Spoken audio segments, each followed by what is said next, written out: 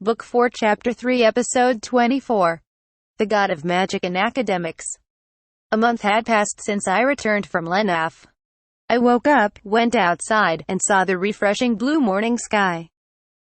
It was still nice in the mornings, but it was hot in the afternoons as of late, and that was likely to be true of today too. At the Adventurers Guild, I was starting to see adventurers who knew ice magic looking to make a killing. Summer had arrived. I spent the last few days making a surplus of waterproof cloth in preparation for a long journey, so the outside air felt all the more refreshing. I hated to stay cooped up in the mine with this kind of weather. I had less work to do now, so I wanted to use this day to take a break. With that being said, I didn't actually have any plans. I decided I might as well stop by my store, but the door was shut. I had completely forgotten that we implemented break days this month. Left with nothing else to do, I wandered around town at random until I ran into somebody. "Oh, if it isn't Ryoma. What are you up to?" somebody said from nearby. "Good morning, Pauline. My store's closed today, so I've just been taking a walk. The weather's too nice to waste the day sitting around at home." Pauline walked up to me and smiled. "Agreed. Actually, as long as you're out and about, you should stop by my husband's store. He's got slime food for you." "Thank you." I followed Pauline to Sieg's store and took the blood meat and bones they were throwing out anyway. The warmer weather made the meat rot faster, so I received somewhat more than usual. These two had done so much to help me that I considered giving them a fridge in return, but that would only make me busier. Even the fridge at my store was just an ordinary box when I was out of town, so it wouldn't be a great gift. "Mom," somebody suddenly shouted inside the store. "Not so loud, I can hear you," Pauline shouted back. The voice came from Pauline's rowdy son, Rick. "You're here too, Ryoma." "Good morning, Rick," I said. "You should have said good morning too, you punk," Pauline said and jabbed Rick. "So what did you want?" "Go right. Thor's here, so I'll be going." "Oh, that time already? Rick, are you going somewhere?" I asked. "What, you don't know, Ryoma? Today's church cleaning day. Once every 2 months the local kids clean the churches and run errands and so on," Pauline explained. "There's no better way to thank the gods than by cleaning churches." I was kind of impressed that Rick was so enthusiastic about what amounted to sanitation work, but Pauline wryly smiled. "Don't be tricked, my boy would never be that respectable. He's just repeating crap he's heard. All Rick wants is the sweets they get when the cleaning's done." Rick looked away as if he were guilty. "Anyway, are you gonna go clean, Ryoma? I haven't even heard about these cleaning days until now," I said. It didn't sound like a bad idea, especially considering I had nothing else to do at the moment. "You wouldn't mind if I came along?" "Not at all," Rick said. "Then I think I will." "Awesome. Then follow me," Rick exclaimed, then raised his right hand and walked off. I said goodbye to Pauline and followed after him. "Ryoma, get a move on." "Just give me a second," I said. Rick's yelling was annoying, but he was nice enough to wait for me to catch up. Maybe in the future, he'd grow to be a caring sort of older brother type. We found Rennie and Thor waiting for Rick outside. When the 4 of us arrived at the church, a young nun who I remembered seeing before told us to follow the signs until we got to the chapel. There were arrow-shaped signs all around the church, so it would be hard to get lost. In the chapel, there were 60 children and a single adult woman to supervise them. Considering anyone was free to join, I didn't know if this number of participants was a little or a lot. In any case, we sat and waited for the cleaning to begin. But when I sat in one of the chairs, a light appeared before me. Strangely, I was warped by the usual bright light without even needing to pray. I looked around and found that I wasn't in the usual empty void. I was in a library, surrounded by enormous wooden bookshelves.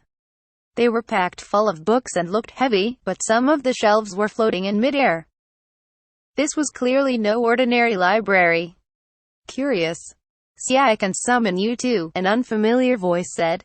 I looked up and saw a thin man floating there. He slowly descended to the floor. "Nice to meet you, I know who you are. You're the most recent migrant from Earth, aren't you?" I hear you're quite the interesting one.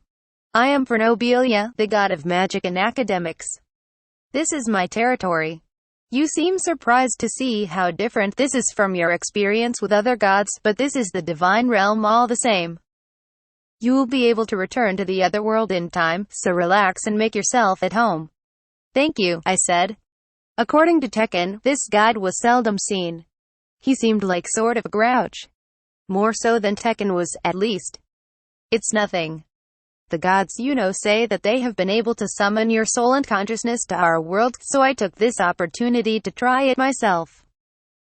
But I did so without your asking, so the least I can do is offer some hospitality, Fernobelia said. He went on to explain that he was investigating why I could come to the divine realm, and since I happened to be in a church, he summoned me to see if I could give him any clues. It was essentially an experiment. I'd like to ask you a few questions, if you don't mind. I had no particular reason to object.